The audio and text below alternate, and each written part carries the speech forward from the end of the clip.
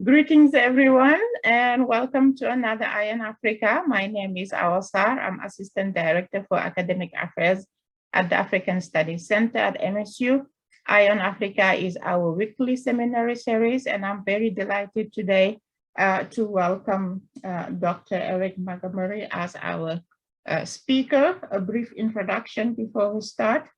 Dr. Eric Montgomery is a cultural anthropologist and assistant professor at Michigan State University, where he serves as the Peace and Justice Advisor. He is also a longtime faculty member in the Center for Peace and Conflict Studies at Wayne State University, where he serves as the Superintendent Senior Fellow in Peace Studies.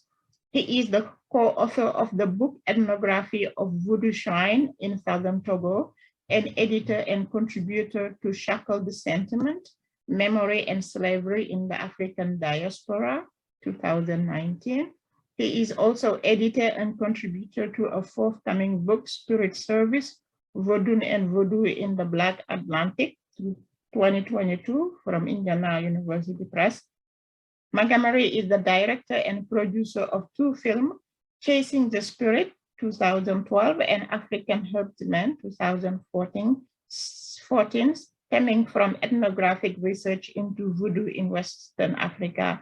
Recent research is published in such journals as the Shaman, Visual Anthropology, American Ethnologist, Journal of Religion in Africa, Journal of Africa Religion, Journal of Religion in Society, Applied Anthropologist, Public Anthropologist, and a new piece on anthropology, peace and justice studies from Oxford Research Encyclopedia of Research. Eric is a finalist for his Room Sacred Realm on the audio application Clubhouse. So thank you so much for being here, Eric, and I pass it on to you now. Merci beaucoup. It's an honor. It's Awa, you're an absolute star. I wish you luck, and I just want to mention to those of you out there, Lisa Farouche, who is here, is retiring after 25 years. Just been part and parcel. I know the African Studies Center long before I came to Michigan State. So thank you all for being here. This is really enjoyable talk to me because I teach so many classes in anthropology and do different things, but this is indeed in my proverbial wheelhouse, the Vodun spirits. So I asked, before I do this, it's always proper in Ewe culture to salute Papa Legba, the last born trickster god, sort of like St. Peter in Catholicism, who holds the clay. And I asked the ancestors and the spirits themselves to forgive me if I speak out of turn as a white cisgender guy to get into this world that is Vodou and Vodou. And it comes with an enormous amount of privilege, but also an enormous amount of responsibility. So what I hope to do today is to bounce around and show some different video clips. You're going to hear about a lot of different Vodou gods in spirits, both in Africa and also, because this is called Cross Currents, also in the New World as well. My goal here is to sort of show the diversity and the breadth and depth of African spirits, and hopefully you'll enjoy it. The real goal here is this is ethnographically informed talk. It comes from research. I've been doing research throughout the coast, but pivoting from one main village in southern Togo since I was 19, an undergraduate student. I know a lot of my undergraduate students are here. Thank you for being here. And it changed my life. It was the first time someone fell into trance, spirit possession. We went to the shrine, and I didn't choose this. The gods themselves said that I needed to be there. I was with my mentor at the time, and that I needed to follow in her footsteps so that the world could understand the beauty that is Vodou. So I hope to offer a look at a lot of the gods and the metaphysics of Vodou, and really try to relate it to the daily life in Bedala, which is an ethnic fishing village that I've been going to for 30 years. And I hope that through this talk, I can approach spirit possession and these medicinal orders of Yewevodu and Gorovodu, ancient old spirits and new modern spirits. And really, I hope that's a testament to the adaptability and the open-mindedness and inclusivity of these ancient ancestral religions. Vodou or Voodoo or Vodun has always been adaptive and dynamic, a religion operating constantly in a changing world. You know, anthropologists early on were trying to do salvage ethnography, and they believed with capitalism and global capitalism that homogenization was just going to come and it was going to wipe out these indigenous epistemologies and ontologies, not just voodoo, but these types of Black and brown religions all around the world. That has not been the case. Christianity is growing like wildfire along the coast and throughout Black Africa, especially more Protestant evangelical Christianity.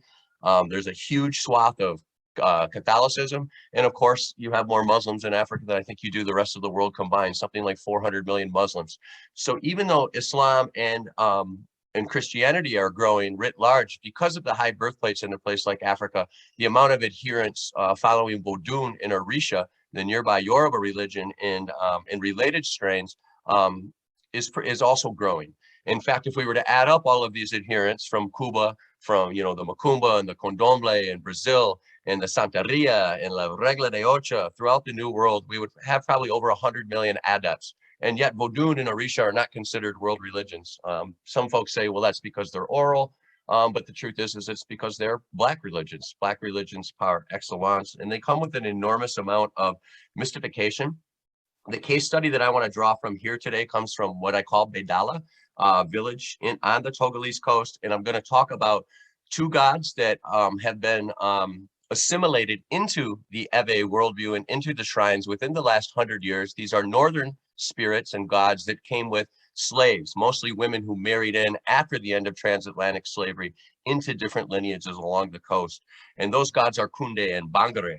And I'm also going to talk about a diasporic god named Mamiwata, who stretches all the way from Cameroon with manifestations in places, even in Detroit. There are Mamiwata and also Oshun shrines. And the other ancient god I want to talk about is Sakpata. So I'm going to sort of talk about these four gods. I'm going to talk about how they inform personhood, how they're politicized, a little bit about sacred ecology, but the main pivot point is this is called shrine ethnography. I'm using sensory anthropology and embodiment. Much of this comes from video, from full-scale initiations, from feedback screenings, where collectively it's a real participatory approach, where as I look at things that have been recorded and done, people in the village, especially those in the religious hierarchy, come back and help me interpret it. So it's really a collective endeavor. You can see that's a Mamiwata priest in Benin picture there doing a certain shrine. But the four gods, again, I want to talk about are Kunde, Bongare, and Sakpata. Now, Sakpata is old earth goddess, and I actually want to show you a little clip from on Sakpata. I'll do this intermittently throughout because I really think it helps visualize. So what I'm going to show you is a little clip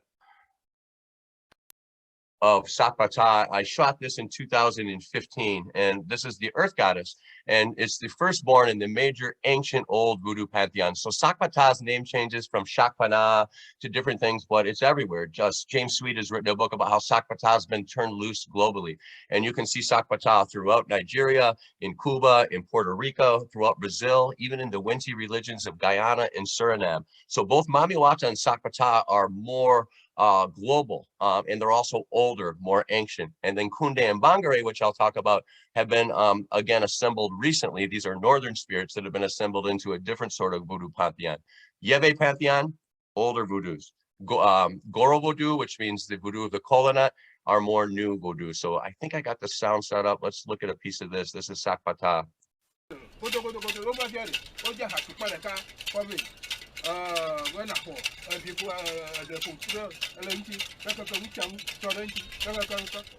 avec Ataku.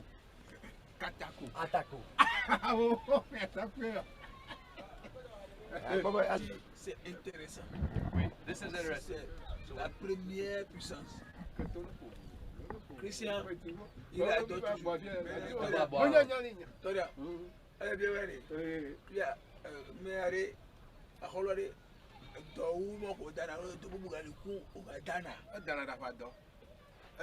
Clé. Normalement, l'aigle a la clé. Il est clé ici aussi. Ça, c'est la sorcellerie. Ah. Ça combat la psychologie aussi. So she helps with bad luck and sorcery, and also with any kind of mental problems and mental disabilities you have. It's not just it's Adaba. Oui, Adaba. Bon, Enyo. Par exemple. Oh, very good. Very good.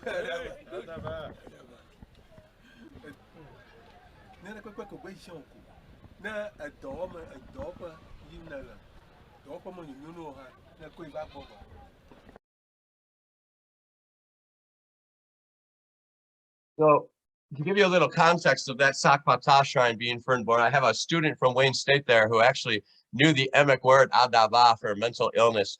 The reason we went to that shrine, and you go there early because again, Sakpata is an earth god, and it's outside of the Gorovodu shrine, which I'll show you footage of, was the student was extremely constipated and sick to the point where he hadn't gone to the bathroom. He was going to have to go back to Africa.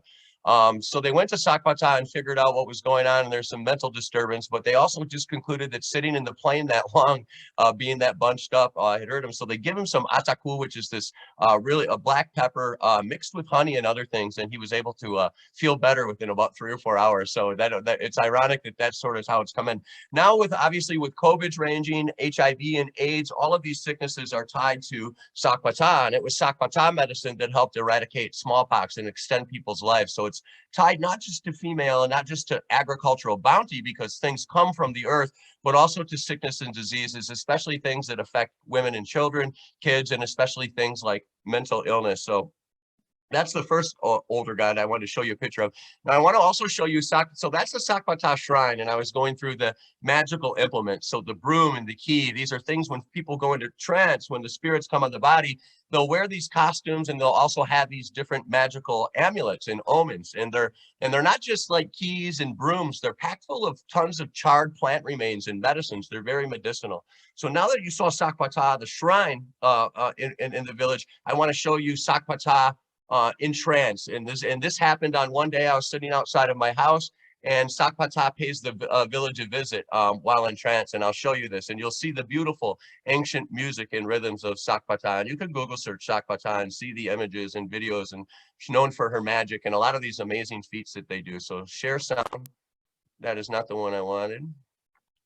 The one I want, sorry.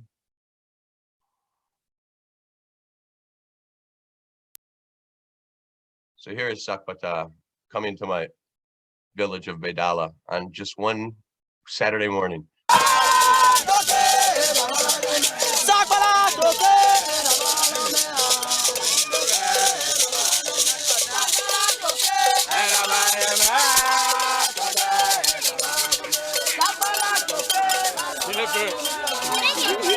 It scares children. The kids were scared.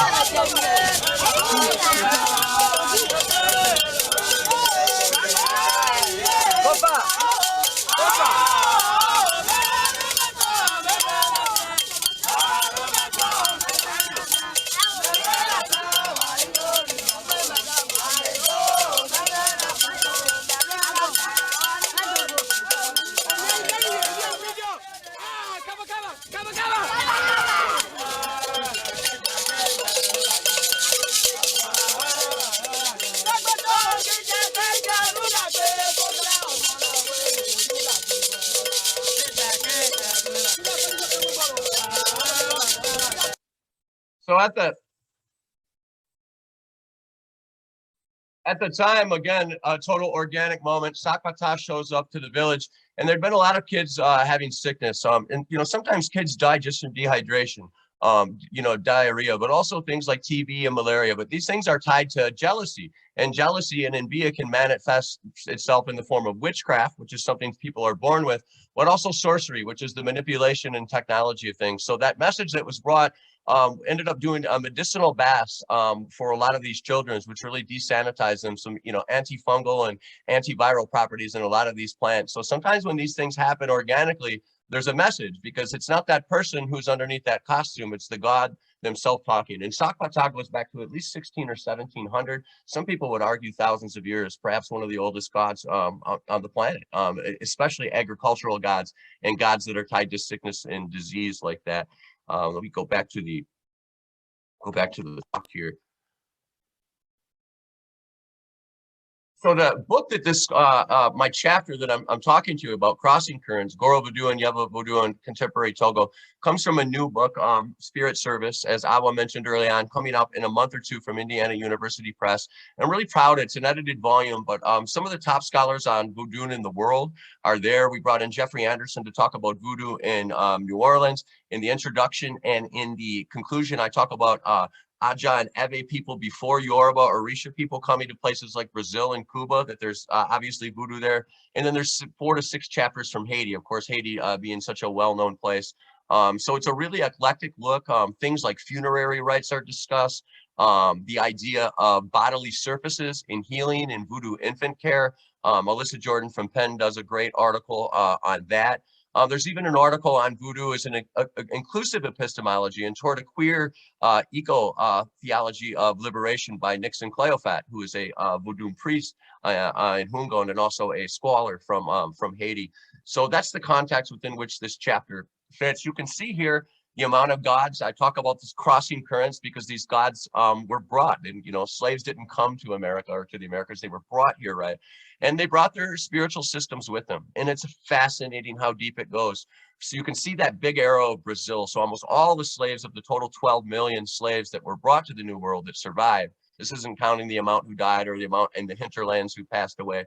Almost half of them, almost a full 6 million, more than 5 million, end up in Brazil. And in Bahia and in Northeast Brazil today, you still see these African traditions where they're actually speaking Aja and Ewe, the language of where I do my research. In a lot of the words, the way that it was spoken 300 or 400 years ago, just like the Yoruba has been preserved in Cuba and other places. So it really is this crossing currents. It really is not just these migrating spirits. And I always tell folks that Black Lives Matter, certainly Black spirits have to matter. And it's really important that we understand these.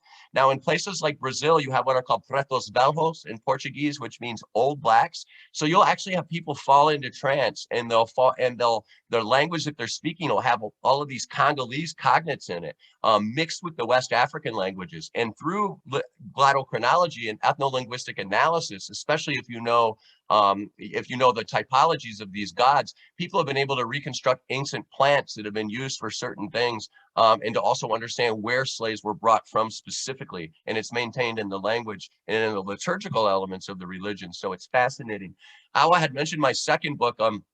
So something fascinating happened. I've talked about Sakata, I'll talk about Mamiwata, I'll talk about Kunde and Bongare, these 4 gods, but there's also spirits that pivot around slaves, the spirits of former slaves.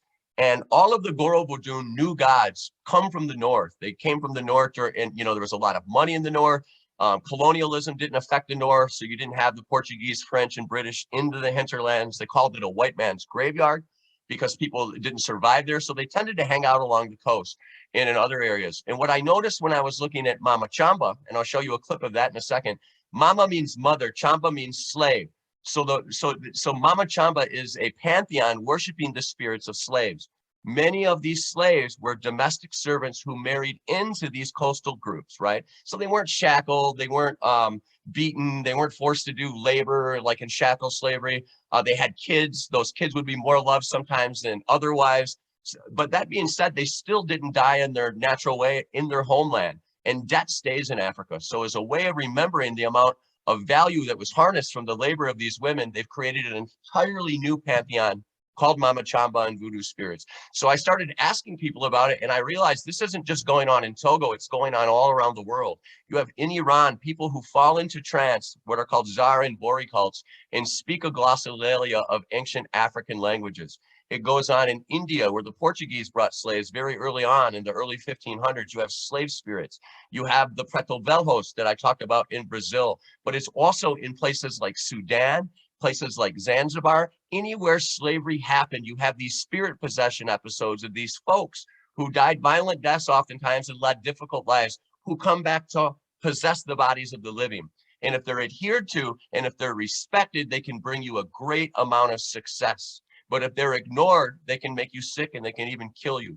So before we watch on these other guys, I want to talk about Mama Chamba. And I'll show you again another clip because I think a 3 or 4 minute clip does better than I can talking about it. So this is from Chamba footage I put together from Ghana, Togo, and Benin. This footage is a little bit older, but I think it speaks to, again, the vitality, the diversity, what Victor Turner calls the multivocality, the many voices that is this embeddedness of this great cosmological, medicinal, healing, spirit possession, performative thing that is Vodun. And one of those Voduns, Mama Chamba, these slave spirits, this pantheon has only been created within the last 100 years, and really even the last 50 or 60 years. And again, when people go into trance, they will start speaking Hausa, Fulani, Moshi, these languages that come from the north that they otherwise do not know. They do not speak it, but because these women were integrated and married into these patrilineages, they come back and they speak a northern language. But it isn't just the northern language that is foreign that happens during possession trance. The drumming, the music, the foodstuffs, the dance steps, the clothing, the costume, everything that people wear is a mimesis. It's a mimetic copy of the way life was for these slaves in the north, which is a lot more pure Africa than the coastal. So let's look at the ethnography of a Champa shrine, a short one, the Chamba order.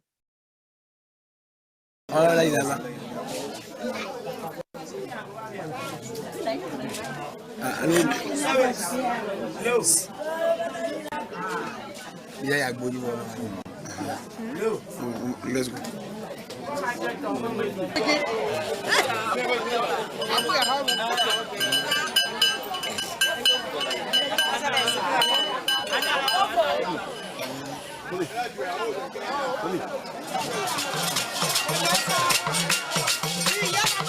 Chamba devotees are bare-breasted because the Ave are signifying on the northern and wild nature of the slaves they purchased from the northern frontier.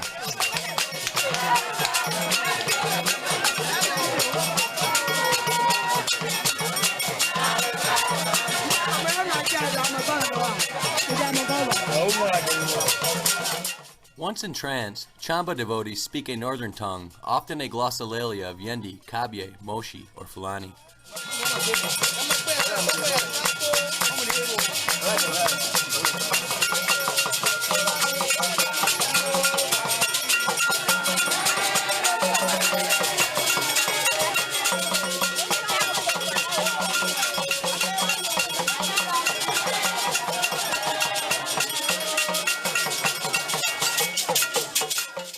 The drum heard at the forefront is the adondo, a talking drum used to communicate with slave spirits. It comes from the House of the North and is played during many sacred ceremonies.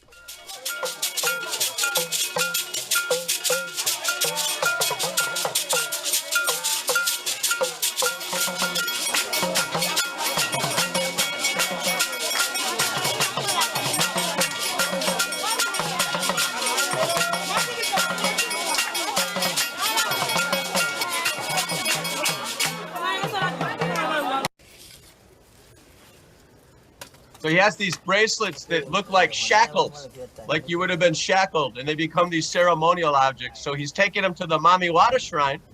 Sofo Amagbe demonstrates the correlation between Chamba and Mamiwata by bringing chambaga, or special bracelets, to the Mamiwata shrine pictured here.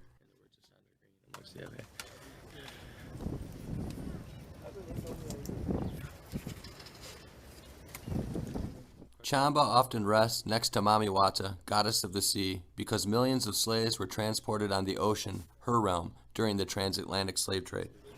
Agneau? Demain matin. Demain matin, vous prenez ça.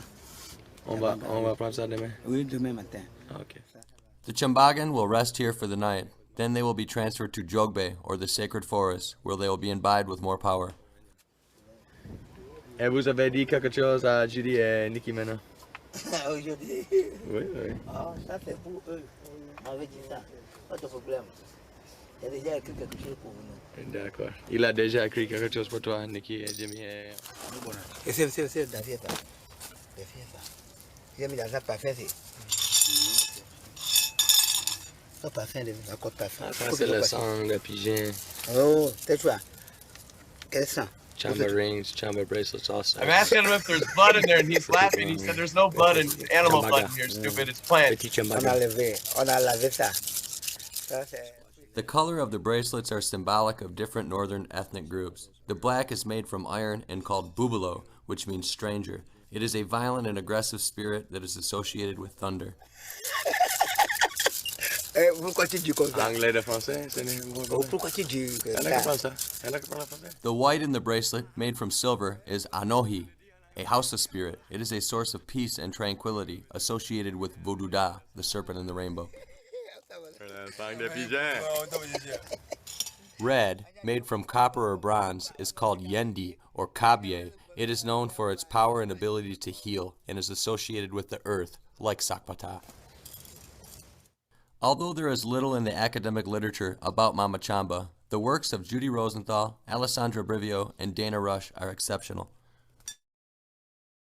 So you can see, even when I go and start talking about Mama Chamba, these spirits, how Mamiwata is tied, how Sakwata, because it's an earth god, is tied. Everything is embedded here in a really almost impossible way for Western causal thought to process it. And it's more than nuance and complexity. It's because the identity of these folks overlaps with these ancestors, overlaps with these slaves, overlaps with these certain gods, elements of water, food prescriptions, things you should eat, things you should not eat, animals that you're totemically tied to, whether it be an alligator or fish or different birds.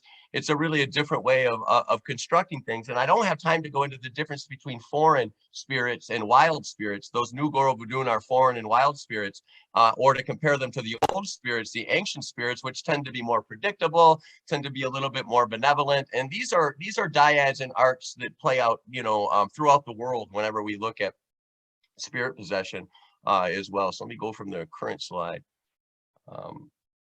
Yeah, so here I'm just showing here. So on the left, you have the different types of spirits or the different types of gods. So you have Vodun and Gorovodu, which I'm talking about now. And in Nigeria, this is called Orisha. And in Jamaica, they call it Obia. And most of the Obia gods, because slaves were brought more from Ghana, tend to be tied to Ghana. So you hear high life music, you hear reggae, you see these similarities. Of course, the Candomblé and the Macumba are famous in Brazil. What is called the Winti spirits, which are a mix of Voodoo spirits from Benin and Togo, but also Nigerian Orisha spirits. We see that in Suriname and in Guyana. And in places like Trinidad, you have the Kabbalah being practiced mixed with spiritual baptism, also with Orisha in Trinidad. So you have these multitudes of different spirits, migrating spirits. That's why I call this crossing currents going on all around the world. And to paradigmatically see these and to understand the colors and the animal sacrifices, and most importantly, the medicines, because all of these are tied to medicines and certain plants that help people heal. In a context devoid of Western medicine, where only 1 in 4 people in Togo even see a doctor before age 30, these quote unquote cults and voodoo cults are important. They're more than cultural, they're more than dance, they're more than singing. They're performative, and they also enforce people's identity and who they are, their construction of their identity in very real ways. So I could spend a lifetime, so many people have, going around the world just looking at these different African gods in different places, and not only what they are, but how they're constantly changing. Because remember, these are dynamic. They're not stuck in muck, old tradition. We tend to think of tradition as conservative and unchanging. That is not the case, not in Cuba, and certainly not in Togo with the Yewevodu and the Gorovodu gods that I'm talking about. On this slide here up top in the middle, you'll see those are the actual fetish, the actual god objects. They'll use the word fetish. Obviously, fetish is a derogatory word. Those are Bongare, who I'm going to talk about. He's a warrior god. And in those things that look like potatoes are literally dozens and dozens of plant and animal parts. In fact, the last time I counted Bongare, 72 different plants that are taken from grave sites, plants that are taken from crossroads, plants like Bryophyllum pinnatum that actually work on sickle cell anemia. They can do more in my village for sickle cell anemia than we can here in the West. Plants, other plants like Banisteriopsis, things that work for addiction, that work for other things, but also animal parts. Bongare, the Bongare is called Koko Masachi, and that god is a warrior and a hunter god, right? He's the son of Kunde. So he's depicted with a long Muslim beard, and he wears the Muslim red fez, again, because these slaves and these gods were brought from the north and married into Ebe patrolines. So they've created this, but I'm just trying to tell you a little bit about the diversity of what goes into the god objects. There's cannabis in every single Vodun fetish I've ever seen. There's mercury in almost every one of them. Koko Masachi, Bongare means, Koko Masachi means I eat everything and nothing eats me. And guess who Bongare is tied to? He's tied to the vulture, to the raven, right? Because when a turkey vulture dies, nothing eats it, but it'll eat anything that is dead, right? So Bongare becomes this warrior spirit that is also tied to vultures. So obviously people can shapeshift and transfigure at night and turn into vultures, but also in that fetish, quote unquote fetish, in that god object are vulture claws, talons, the back wing is in it. And also bells. And because Bongare is tied to, remember, he's a hunter and a warrior spirit, because he's tied to this, you'll see he has all these other associate gods like Chenge, who's a god of 7 knives. So there's literally 7 knives that form this god object. Another version of him is called Moshi, again, playing on the Moshi, people from the north, many of who were married, and within Moshi, there's a bell.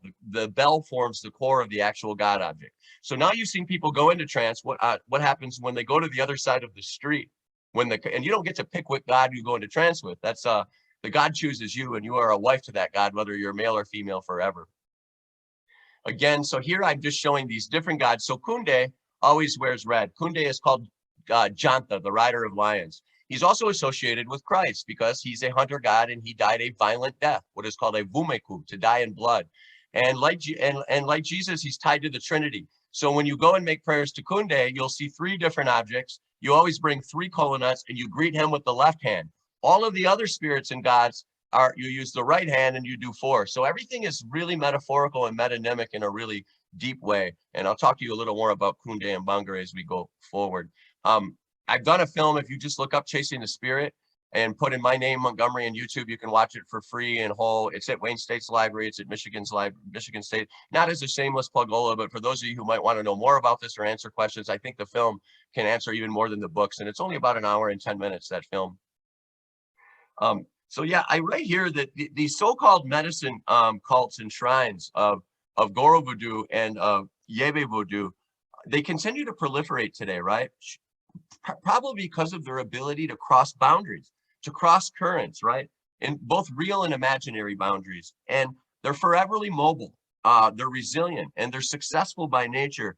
They bring morality, these spirits. They heal children and other people. And they also bring social order to what would otherwise be a world that they would say constructed by kaseagame, conflict. It's always conflict. So there's a social strain gauge here that happens with Voodoo and with these spirits, just like it happens with witchcraft accusations in order to make people a little bit more moral. And by the way, we'll answer questions the last half hour of this, any of your questions, because I'm going to keep talking and look at I'm not good at looking at the chat and diversifying things here. So multitasking.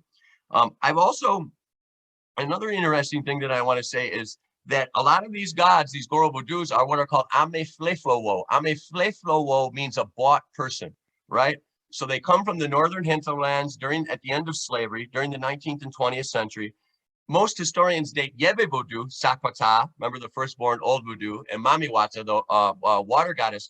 These go back many centuries. So before I go on to talk about Orisha and other gods and to confuse you, I want to focus on Yewevodu, the old gods, Gorovodu, the new gods from the north, and I'm going to quote from my mentor, Dr. Rosenthal here. As far as the usual human needs go, the Gorovodun pantheon covers all of the god bases, but other deities and other systems also keep covering the same ground and the same concerns from one place to another.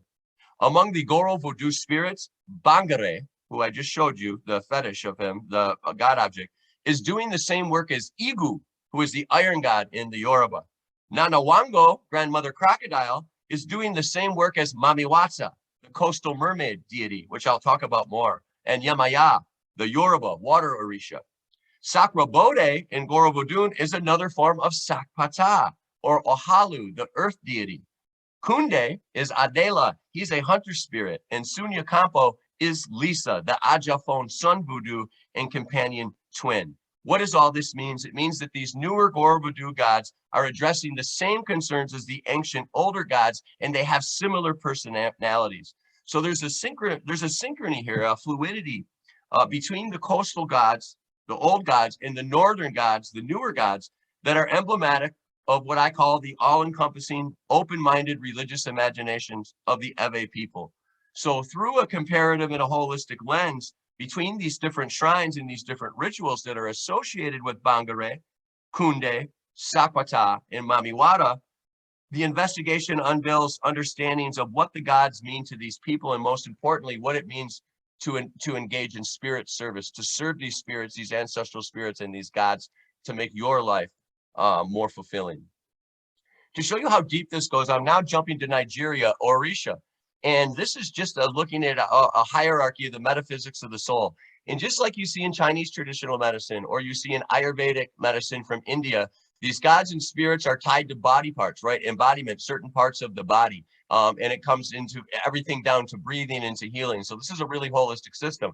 Well, why doesn't Yoruba medicine and Vodou medicine get the credit that Ayurvedic does, or Chinese traditional medicine? And by the way, the Chinese pharmaceutical companies regularly exploit these plants, and as do folks from India. There's quite a few people from India, and a lot of the plants that are in Ayurvedic medicine are also growing in Africa, especially south of the Sahel, because things look differently. So we need more research on this, because it's not written down, and I would argue because this is Black people, we're missing out on healing and curing. Angiosperms, flowering plants, the amount of knowledge folks have, not just of these gods and spirits, but how they tie to the body and to medicinal properties, is enormous. And that's why another film I did is called African Herb Man, which shows a lot of the plants, how they're tied to the gods, how they're administered, how disease is diagnosed, and eventually how efficacious it is. And I even tried to cross-check it with clinical trials and studies. Problem is these clinical trials on these plants, they're done in isolation. They're not done in a ritual setting. They don't get into regiment and how much things are mixed. So it's difficult to do, but we certainly should be moving there. I'm hoping the younger generation of Black scholars the world around, Black and brown and indigenous scholars, do this and write this and make this available, because it really needs to be done. Again, so you can see here's the human anatomy in relation to the Orisha. Orisha is just another word for Vodou, or spirit. Vodou means spirit, or Blier has translated it to mean a canopy over a heaven. But spirit, or Bogbo, the word spirit itself in Greek means breath, and these are breaths, these spirits. If we go to Haiti, you can see these, what are called the les veuves, right? These are the different iconographic and also sacred geomancy of how the gods are represented symbolically. And again, the names change, but you see Dambala Wedo, the great snake, right? The serpent and the rainbow snake. That is Vodouda in Yewevodu. You see Ogun there, Ogun, right? Ogun would be Igu or Gu in Benin. So these names change, but the etymology of the words, the cognates, even across oceans and even across ethnic linguistic groups, there's still something there if you know how to look at it. On this map here, you will see that tiny Togo is very small. I don't know how well you can see it. Let me see if I can go over there. It's really the only place they put in here, with Tanzania with a high amount. What you see in green is majority Muslim. What you see in purple is majority Christian. You can see Togo here in Benin is one of the only places where you actually have more people adhering to indigenous, what they call folk religions. And in this case, Vodou. But all African groups have their own ancestral traditions, and many of them are similar to Vodou, and many of them are very different. So now I want to look at Mami Wata. Mami Wata is a beautiful case study in globalization. In my village, she's a light-skinned Black woman, beautiful light-skinned Black woman with green eyes. In Brazil, in northern Brazil, Mami Wata is actually white. She's invoked as white. In Congo and in Cameroon, she's a very dark woman. Some people take this back to Mama Isis. And the word mama and mommy and the word water, where water comes from, actually there's new research to show that these words are Sudanic. They're coming out of ancient Egypt. You can even see the iconography of the hieroglyphs translated down into things. So what we think is Old English, and people say Mami Wata is just pidgin English. They're mixing mother and water and dropping things like what happens with pidgin and Creole languages. There's a lot of research to say, no, these water cults, these water spirits come out of Black Africa going back to ancient Egyptian times and before. And that's been substantiated with research into the Dogon and into other ethnic groups as well. So the Winti gods I put in here, this is a map in Guyana, Suriname, French Guyana. These Vodou spirits, these old Yewe spirits are also still there. And I'll find a lot of words when I'm reading that are Ajafon and Ewe words. So we know where the spirits are coming from by the language in which people are speaking. And when people think of Voodoo or they think of Orisha, they don't think of Guyana. Some might think of Cuba. Many people, of course, think of Haiti. More and more people think of Brazil or the cradle in Benin, but very few people think of Guyana. And I could go on. These Black spirits have been brought to the coast of Colombia. This stuff really needs to be investigated. The cumbia, the rhythms, a lot of these things are ancient African spirits. And it's beautiful to see a lot of people doing research into it. I sort of break this up in of Vodou in South America.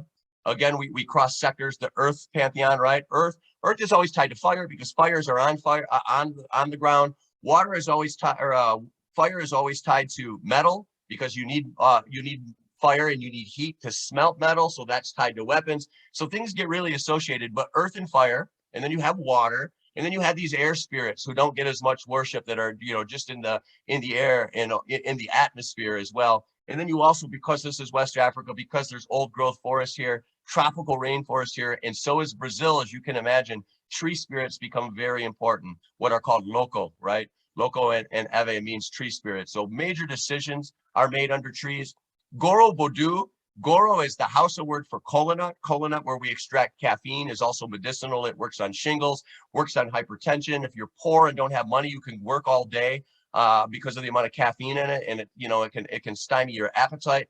So it's medicinal. But Gorovodu is also called Yewevodu. Ati means tree, K means root. So it literally means tree root voodoo, tree root spirits. And by the way, Ati and Atike, the same exact word exists in Haiti because these are Ajafon and Eve people who were brought to Haiti early on.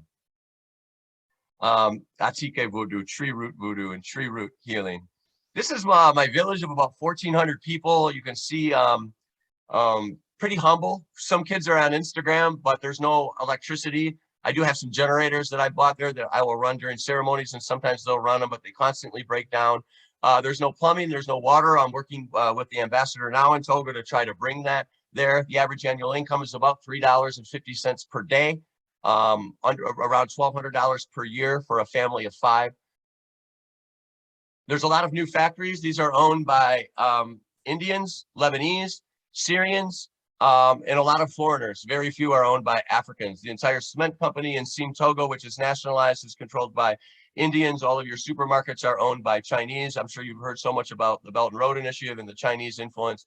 But the point is they actually wiped out the gardens and Exxon put in a pipeline at the north part of my village. Meanwhile, the water is encroaching from global warming, and the village where I've been doing my research will be wiped out in my lifetime.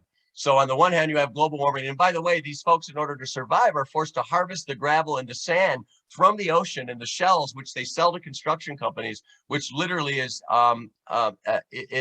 exponentially speeding up how long before they're underwater. So there are elements of ecology and climate change. Is someplace I'm going with my research. No, I should have been going there before. This is the shrine at Bedala. You can see the pictures of the shrine up there. The shrine is called a Tromfome, or an Atike Fome. Literally, it means medicine house. I talked in Ethnography of a Voodoo Shrine in our book about how the shrine acts as a church. It also acts as a hospital. It also acts as a theater space. All of these multi-vocal things that go on within the shrine, because the Bokonosofo and the medicine men and the healers are also marriage counselors. They're also giving psychological feedback. They're also making economic decisions. They're also doing things like, should you go to France? Should you apply for a student visa, right? So there's this multivocal way in which Voodoo addresses everything from medicine to spirituality. The main gods are Kunde and Ablewa, Sunya Campo, Bongare, Sacrobode, and Nanawango. There'll be a test on that at the end. Please get the spelling right. I'm just joking. And the two I want to talk about are Kunde, the hunter spirit, and Bongare, his son, the warrior spirit. There you can see Sakwata up on the right again. And on the left there in the red, crunched over, you can see that is a possession of Bongare, the warrior spirit. I know because of the way she's standing and also because of the colors of her clothes. And the reason she's in front of the drummers is she's telling the drummers, change the timeline, change the music, play my music, because all of these gods and spirits have their own rhythms, they have their own songs, and a lot of them are a glossolalia, where they're in a mix of Akan, and sometimes Kabye, and sometimes Hausa languages are mixed. Why? Because these spirits came from the north. Mamiwata is tied to the water. That is Bongare on the right. I want to show you a little bit of a Mamiwata shrine. Mamiwata is ancient. It's the water spirit. I think I have one, a little piece that I recorded a few years ago. This is good. This is the Mamiwata shrine next to the major Gorovodu and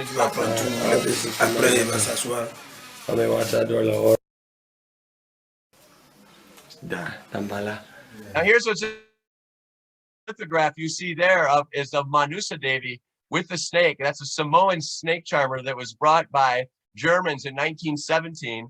And so I've brought all of Kali and all of these chromolithographs Hindu iconography, and they're actually in the shrines. And people say, oh, they're mixing up voodoo and they're syncretizing, they're confused, they're mixing up these Hindu gods. They're seeing their own symbols in that black woman with that afro hair and with that snake. That is not Manusa Devi to them. That is Voodoo Da, that is Mamiwata, that is the serpent That is the great mermaid, beautiful spirit.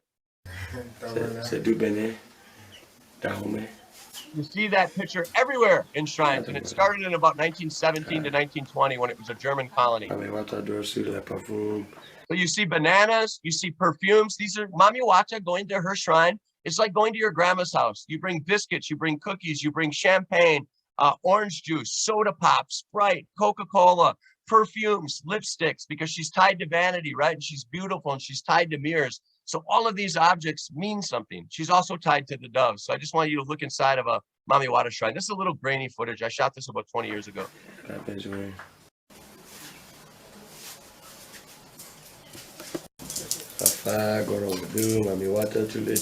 can see even the priest there, the Mami Wata priest, he's also into Gorovodu, and he's wearing the Muslim head wrap. The gear and the white he's wearing is indicative of Mami Wata. All of these associations and symbolics run very, very, very deep. The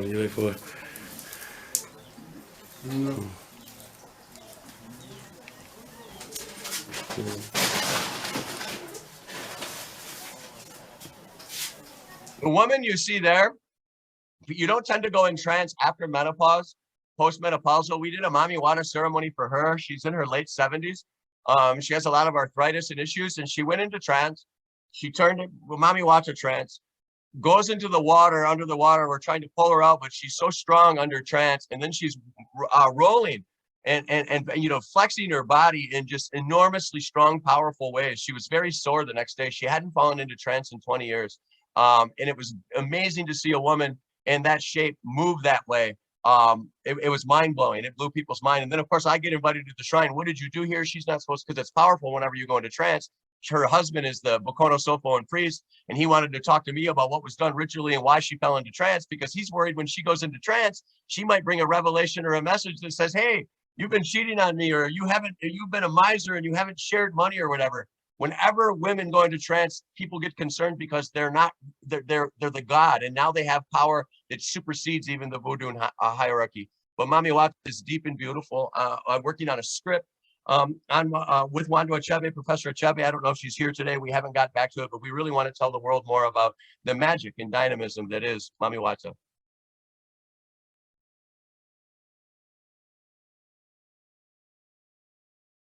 So the theoretical orientation, I tried to apply this idea that there's a ritual economy to sort of blend political economy and economics with ritual economy, what's being bought, what's being sold, with a focus on reciprocity and redistribution, but also gift and counter gift. It's very important to Kunde, to Bongare, to Sakpata, and Mami Wata that certain gifts are done and that they're shared collectively with the group. And I tried to look at the dynamics of these religious institutions and organizations, tried to understand them through what is called ritual economy. And I need to develop more of it, although I do think there is something here theoretically and methodologically that's important going forward, looking at sacred goods and looking at what's unethical. You know, some money that you get is called hot money is not good that you made that money. So people spend it really quick, or it's called bitter money. There's this idea, if your money is being made from mining or, you know, chemicals or taking too many fish, right? Or something that would the spirits and that Mother Nature would disapprove of, that there's this bitterness that's tied to it. That is Ifa, that's an Ifa divination. Those are called Deki, sacred palm nuts there on that board. That's one from Nigeria. It's a beautiful one. Again, I'm trying to cross current. So I'm showing things from Orisha in Nigeria, and then also across in the Black Atlantic world writ large as well. Those are kola nuts on your right. You can see there's two varieties there of red and green kola nuts. They call that bisi and eve. They call that goro. And that is where the word Gorovodu comes from. It is literally the voodoo of the kola nuts. Why? The Muslim North does not take alcohol, and they take kola nuts, because it stimulates. People like to sit around like you would take tea and coffee and chew kola nuts and talk and discuss things. So whereas slaves from the North were coming south, kola nuts and also shell money and sometimes salt was going north. And we have these long histories of gold and kola nuts literally going north and south in these exchanges that have shaped the ritual economy. And if we look back far enough in history, we can see it. And yes, slaves were traded for kola nuts, sometimes bags of kola nuts for a slave by Africans. Here you see Legba, Oya, Ishu. Again, these are the Orisha gods of Nigeria on the left. You can see the book cover of the new book coming out. Indiana did a really nice, I'm not a neon guy, but I actually kind of liked it. You can see that Ouroboros, right? That snake eating its tail that circle of life, very important in African theology. Remember, in Voodoo, it's the serpent in the rainbow, a hermaphrodite Vodun that created the world, right? And with the sun being tied to maleness and the moon being tied to femaleness, and really light and day and north and south and female and male, and all these other binary oppositions are played out in the cosmology and origin myth that starts with the great snake. So important are pythons that if they find a dead python, they will hold a funeral in my village for it. That is an 8-day funeral, just like they would a human being. They don't do that for all snakes, but they do that for pythons.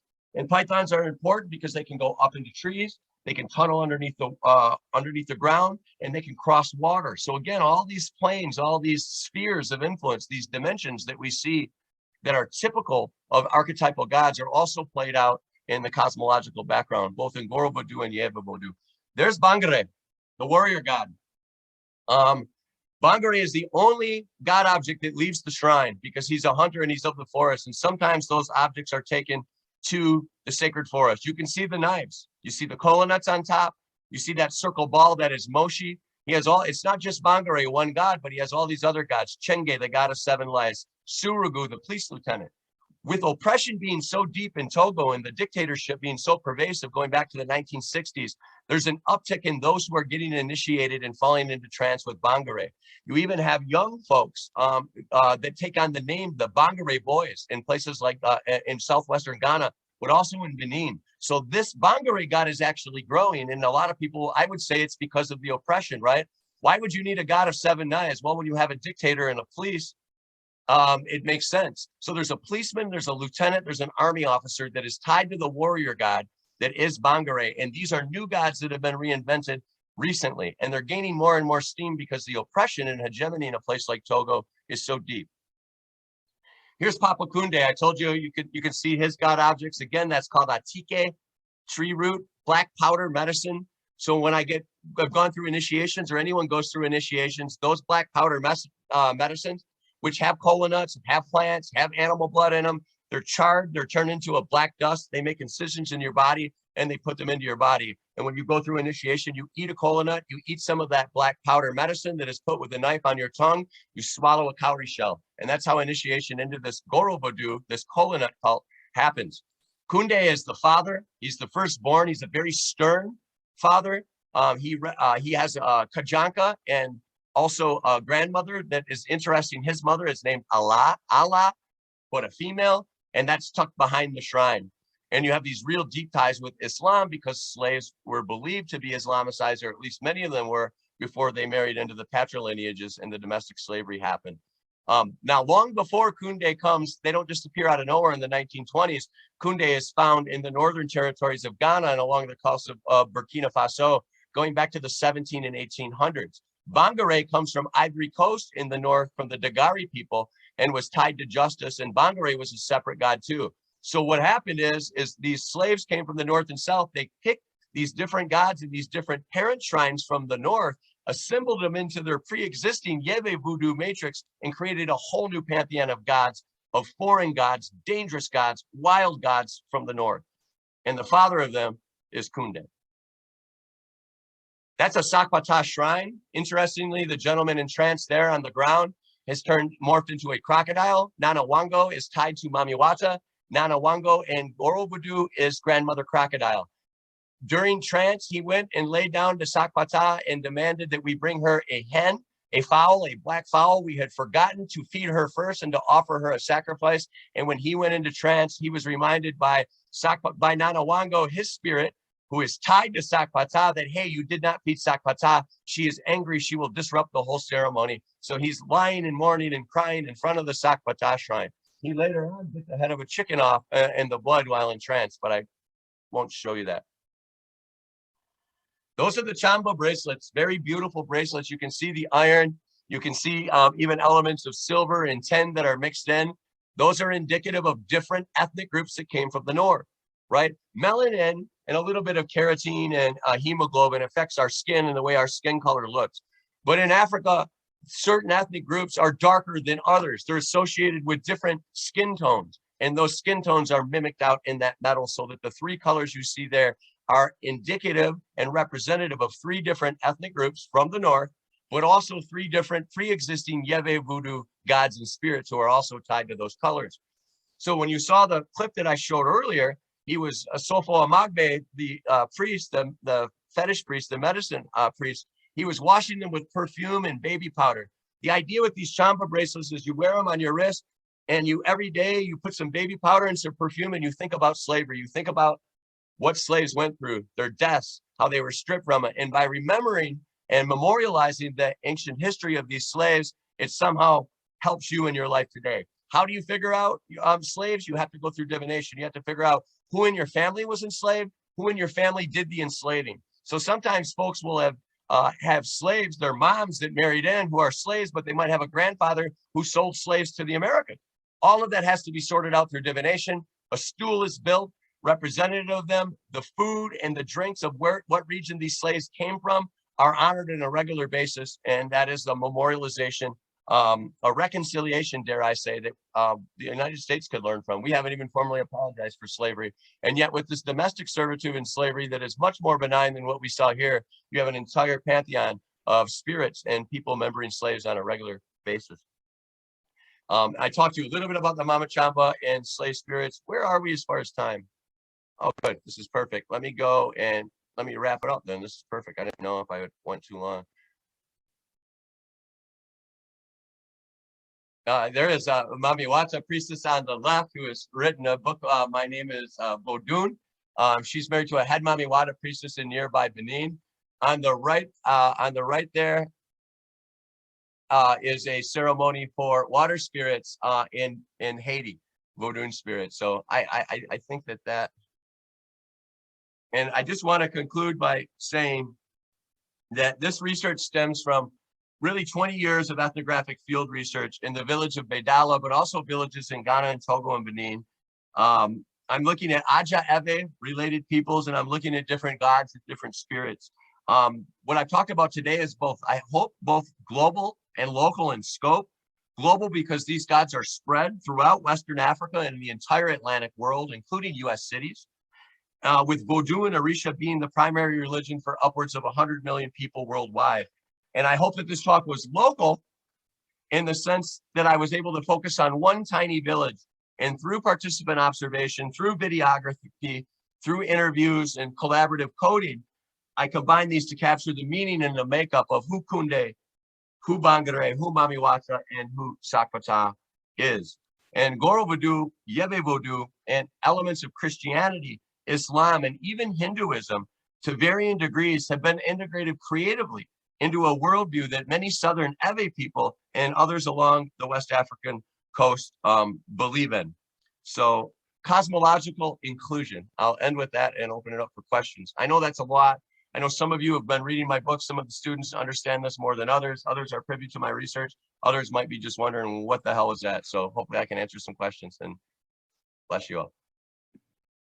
Thank you very much. That was fascinating. And if you have questions, please type them, or you can also raise your hands and be allowed to talk. We have one question from Philip. Fine talk, Eric, thank you. These religions are often associated with backwardness and barbarism, partly because communities that practice them often lack the material and industrial things that we associate with wealth, success, and progress. I would appreciate your thought on this criticism.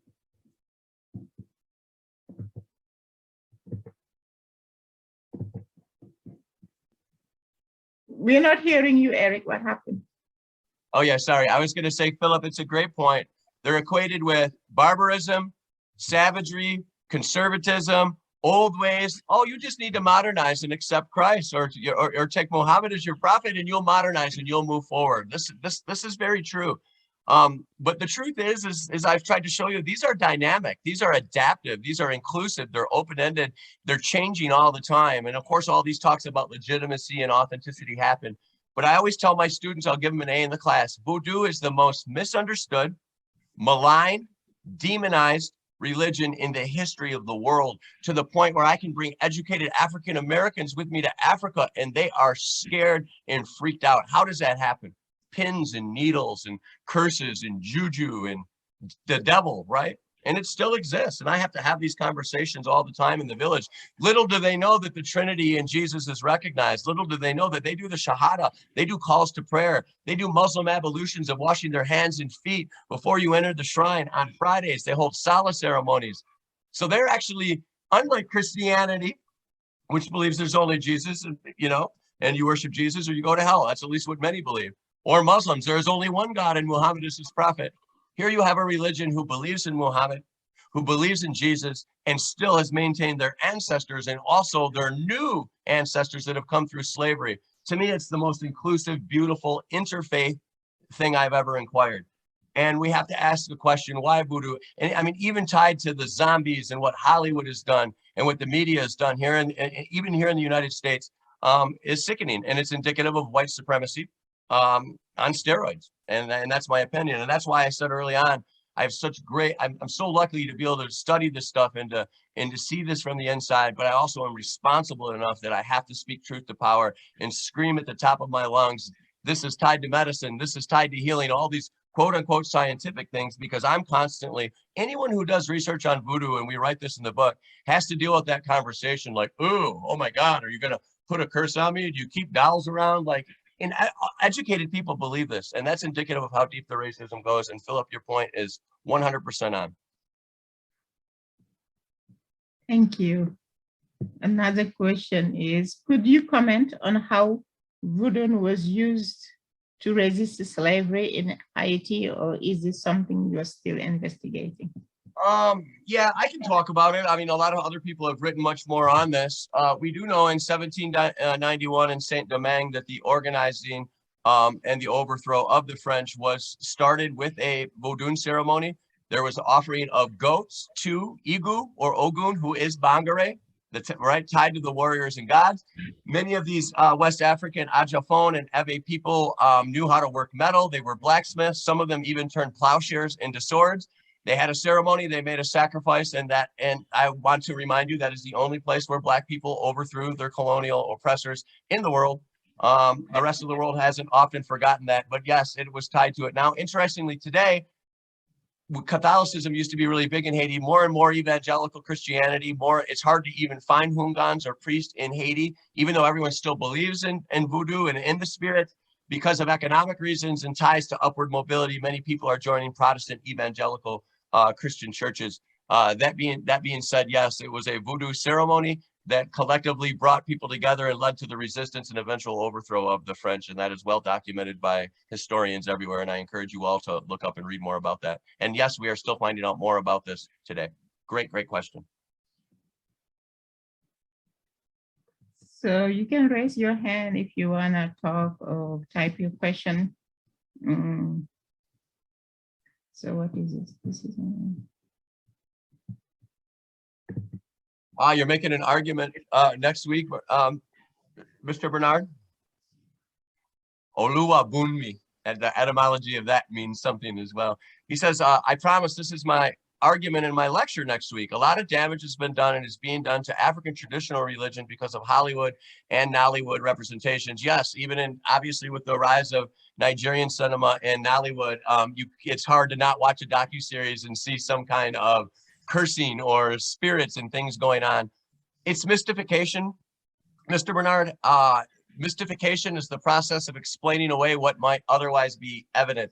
And I would argue even calling it African traditional religion, I've gotten scolded for that. I'm moving beyond it. I just call it African religion. And the real funny thing is that people don't realize, even if you look at Christianity and Islam in Africa, they're still cooked in an African pot. And what I mean by that is these labels are for soup cans. There's an African religious imagination, dare I say a Black African spirituality that supersedes even Christianity and Islam. In my village, the imams come to meet the priest to get magic, to get more people to join the congregation. Priests come and they'll get some magic made by the voodoo priest. They'll bury it underneath their church as a way to get more people to come to their church. So it's really powerful, right? And yes, the amount of, and there's so much out there on the demonization, and we write about it in the new book too, about Hollywood and all of these ancient tropes and things that are going on that continue to demonize Black religion. And of course, African traditional religion, tradition in this sense, comes with this connotation that it's somehow barbaric, ancient, old, unchanging, and conservative. And no, that's not at all the case. And you're very welcome. Is there any other questions or comments in the chat? Julian wants to know what are the names of the documentaries that you've made? Yeah, so and I can maybe share, if you even email me, I can share with you the links, but there's two that are out there for free. One is called Chasing the Spirit. If you just go to YouTube and you put in Chasing the Spirit in my name, you'll see the trailer and the full-length film. The other film takes off on Bob Marley's song African Herbmen, and it's called African Herbmen, and it's about healing and ritual along the Bight of Benin. And I'm working on a new film right now on Vumeku, or violent death spirits, and those that are tied to the forest and tied to the night, the guardians of the night, as opposed to Afemeku, which are house spirits. And that's the way we all want to die, is in our house, in our bed. And they call it to see, literally Afemeku means a house death, or to see death coming.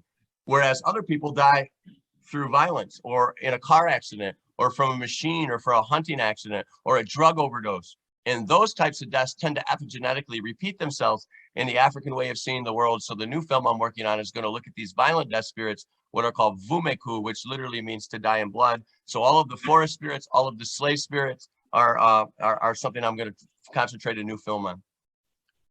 Other questions and comments? Bernard raised his hand, so go ahead, Bernard. Oh, I'm a she. Yeah, Oh, I know. sorry. Yeah, I know, it's fine. Hi, everybody. Good evening. I'm Oluwabunmi Bernard, and I teach Yoruba language and literature at Obafemi University, but I'm currently at SOAS. So I'm very happy to be here. Like, I really appreciate and really like this presentation by Eric. Eric, thank you. This is well researched, and this is, it is very interesting and very insightful. I understand and I see the relationship and the similarities, between these deities that you have presented to us. The Sakpata, I see Oshun there. I see Erinle amongst the Yoruba, which is the goddess of earth. So the Yoruba actually see the environment as something that has life, that as a being, as it has life and it lives, so it is respected and regarded that way. Actually, I guess that is how you are also presenting these deities to us. And so I am very, very interested. And also there is the part about you talking about ecology and climate change and how it relates with these deities and all that. Actually, that is what my lecture next week at SOAS is about. So I'm looking at taboos and eco-resilience in Yoruba sacred literature.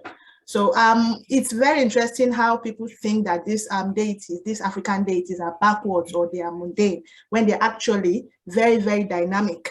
They actually, they are very, very valid in the current situation we found ourselves in. So it's interesting to really, really listen to you speak about these things.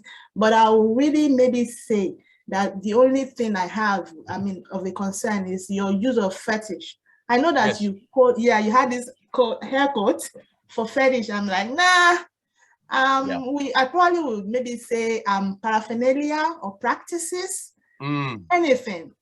Yeah, I use God object. They use the word fetish, of course. That doesn't mean it doesn't have colonial arrangements. It's really bad, and I can use the emic terms like trone or other things, but for the sake of it, yeah, I do. It is a problem, and you're not the first person to point it out when I do it. And air quotes doesn't let me off the hook. But if I was using the emic long words with all of these gods to other people who don't understand it, it tends to create a lot of confusion. But I should just call it the god. That's what it is, right? Thank you so much. You're very welcome. And by the way, I wanted to tell you, as you look at ecology and climate change, there's a few interesting books. Sheridan has written a book called African Groves, and he talks about how all throughout Africa you have these sacred forests. And these sacred forests are a place where you have a diversity of plants that are harvested there, and it's a cool place to go. But he's saying, what he's saying is this was a place to preserve different plants and animals, just like it is with Ifa. You know about the Ifa divination? Yes, and the Oshun group.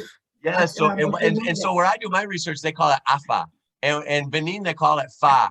But you know, the Ewe are Yoruba peoples going back to the 1300s. There, so that's why it's mixed. And of course, with the Benin, with Dahomey going to war with Yorubas back and forth and conquering each other. These gods are shared in such a way that we really should talk about Voodoo and Orisha together. And the other thing I would recommend you look at Jacob Olupona's book, and Terry Ray, who also is a contributor to our new book. He's written the book about Orisha being the Yoruba religion being a world religion and why it deserves to be one. And it's a beautiful book.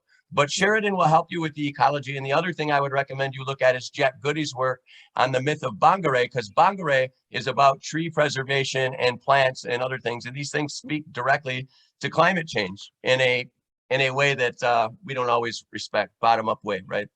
Well, thank you so much. Thank you very Good much. luck, and I would love to see your talks. Email me if you ever have any questions. If you want a digital copy of my book as well, just email me and I'd be willing to share it with you. Oh, thank you so much. I will do that. Thank you. Alua Bunmi, thank you. Thank you. So I can. Philip, go ahead. Yeah, can you hear me? Yes. Yes. Yeah, thanks again, Eric. I'm trying not to talk too much, but I'm so passionate about this subject. And since you're sharing your book, I guess through our wire I can get a copy or buy a copy. But anyway, this is my question, and I don't know if you've probably thought about this, but I'm just thinking, when you look at these world religions that you're talking about, yeah, they were never a source of conflict. When we talk about religious conflict, it's usually on account of more recent religions that for various reasons we've embraced across the continent and across the diaspora. But what does this say about these religions that you're talking about, that they were never a source of conflict? They were more a source of growth and exchange of philosophical views. And I mean, they were more about harmony and respect between groups of people as opposed to conflict, which is now the order of the day when we think about major religions. I'm just curious to hear what yeah, I think there's a great lesson here, right? Like, they are inclusive. You do see elements of Hinduism, Islam, Christianity embedded right into the African matrix without any problem. And I think we miss it. You know, religion, again in Latin, ligere, to tie us together again. That's what religion means. And you know, as an African, and I know you know this because you are African and every African knows it, this is a way of life. It's not about religion or orthodoxy or arguing things. It's a way of life, you know? And there is this, not only did people not push their, you know, animistic and, you know, and quote unquote ancestral religions on each other like we see in other parts of the world, but you don't have this exclusive my way or the highway sort of attitude. And I think that's something the rest of the world could learn from. I even had a Sikhi student come with me one time, who was Sikhi from India, Punjabi, and talking about Guru Nanak and very different. And he knew about Hinduism, the priest, and he sat with this guy for 2 or 3 days. He wanted him over every day. I hired a translator to just learn more about the Sikhi background and the ties to how they fit in with Hinduism and Islam and this warrior past, right? And he just thought he was had such dignity. So that's the crazy thing. Here's a voodoo priest, you know, that can heal all sorts of things, speaks all of these languages, master medicine man, and he's still finding room at age 70 to learn more about Sikhi religion because he didn't know about it. And I think that's a testament to things. Now, I will say this, Philip, the Catholic Church has come out, especially with the new Pope, being much more inclusive, recognizing voodoo as a religion in Benin, seeing a lot of ancient Christian things in it. So we're moving toward it. But as a whole, none of these Abrahamic religions, nor Hinduism, if you want to throw it in there, has the sort of inherent interfaith exchange we do. Now, you got to remember, we had places like Cordoba in Spain, you know, where Jews and Muslims and Christians exchange things. Senegal, Tanzania, they have this long history of interfaith cooperation. But in this jihad versus McWorld thing that we're going on, we're actually seeing more conflict tied to religion and more identity politics and politics being tied to it. And I think that Voodoo and Orisha are a great leveling mechanism, that there's a lot that other religions can learn. And I know this, people are fascinated by Voodoo and Orisha. I've only been at Michigan State 3 years, and I guarantee you I could bring 25 to 50 students within 2 months' notice to Africa to look at this stuff.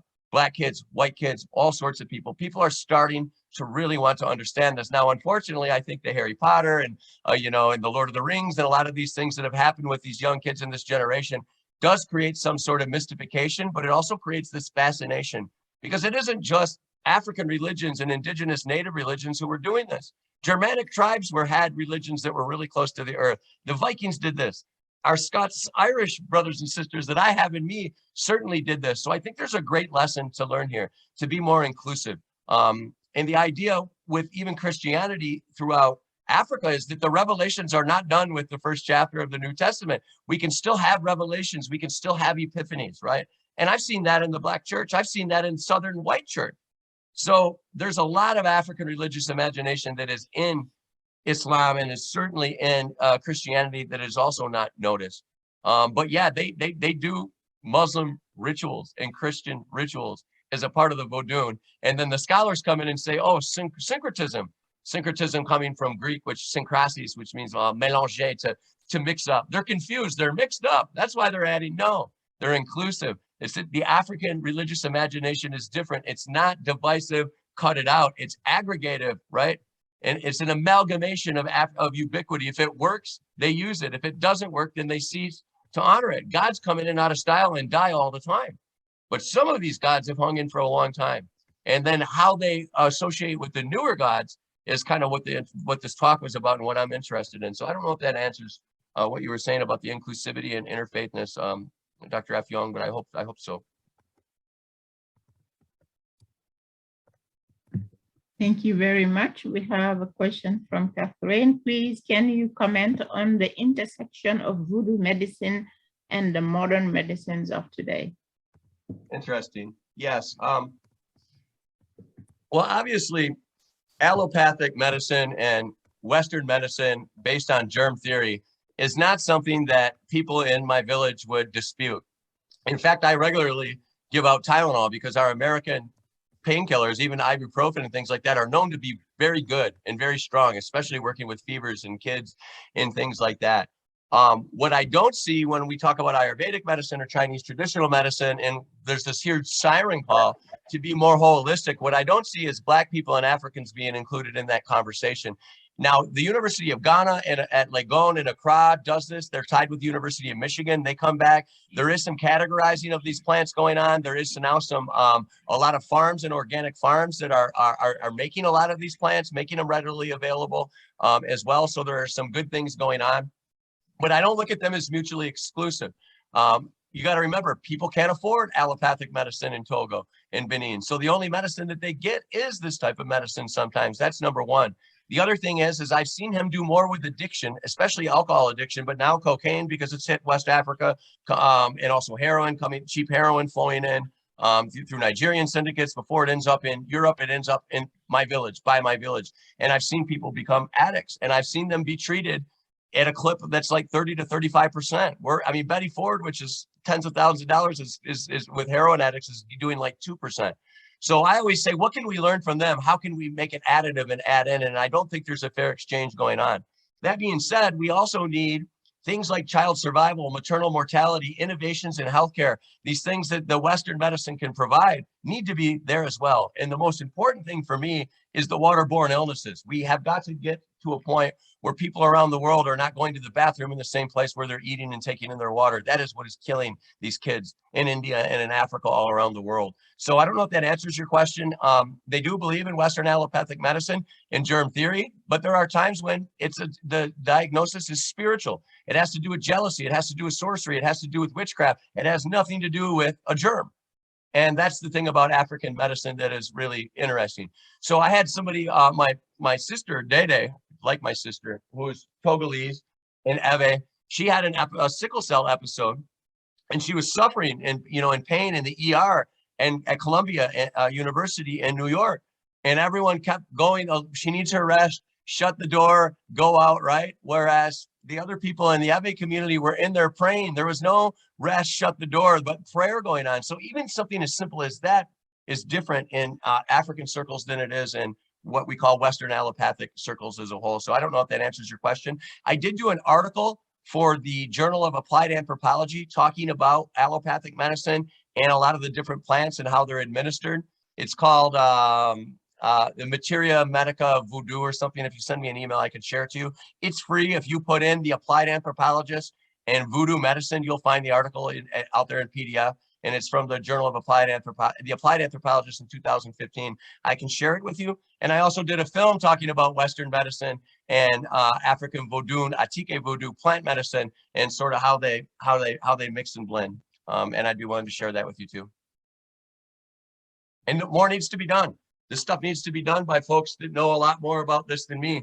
You know, plant ecologists, biologists, folks need to be doing this because it's important. And we're losing a lot of these medicines, and we're also losing a lot of these flowering plants and angiosperms as well. And sometimes what we might be losing could be the cure for cancer. It's a very real thing, right?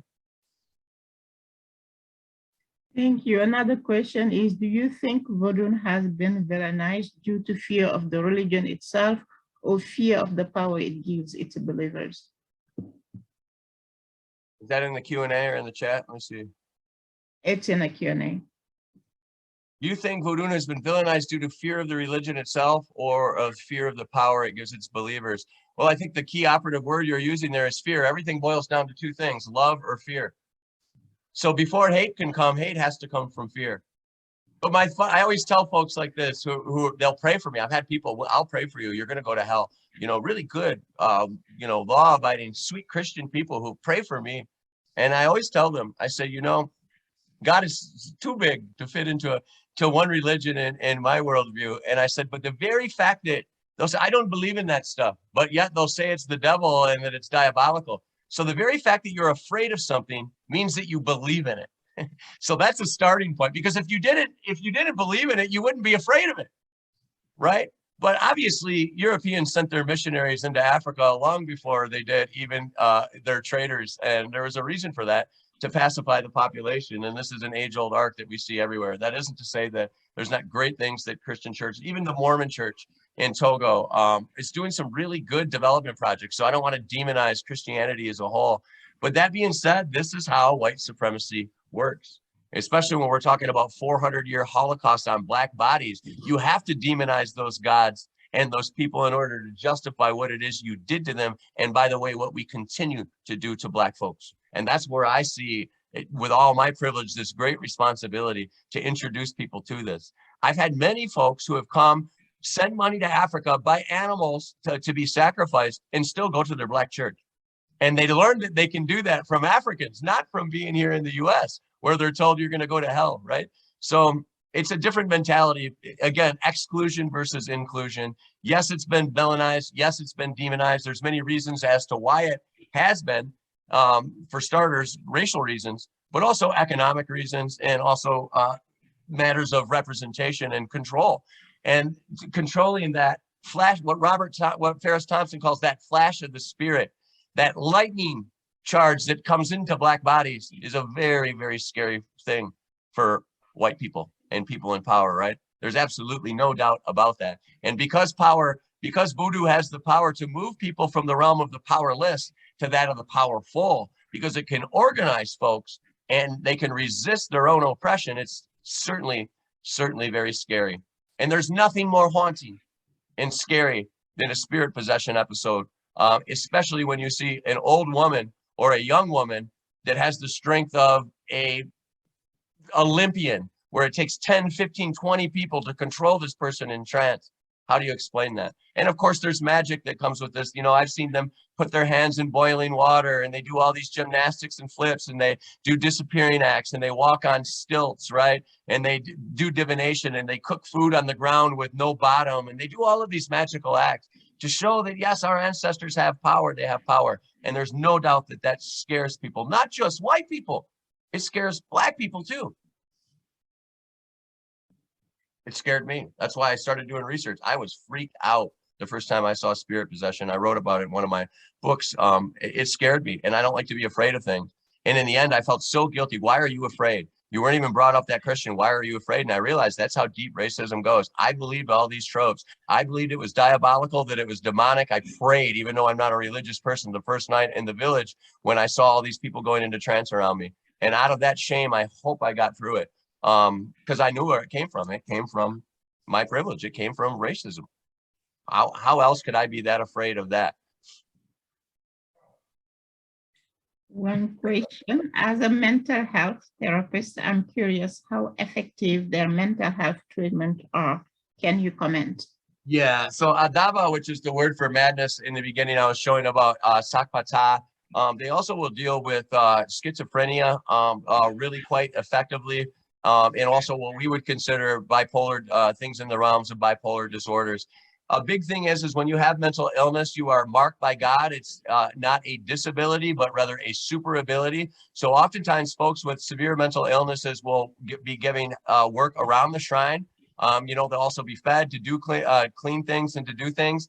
And the veil between mental illness and spirit possession is overcome in so many ways that it's interesting. I can say this, you do not see the pervasive anxiety, depression, disorders in the village that you do see in the West, although there are a lot of psychological ailments, and they're dealt with very effectively. I would say addiction, mental health, and then what they do with sickle cell and hypertension are the four most impressive things about the African pharmacopoeia.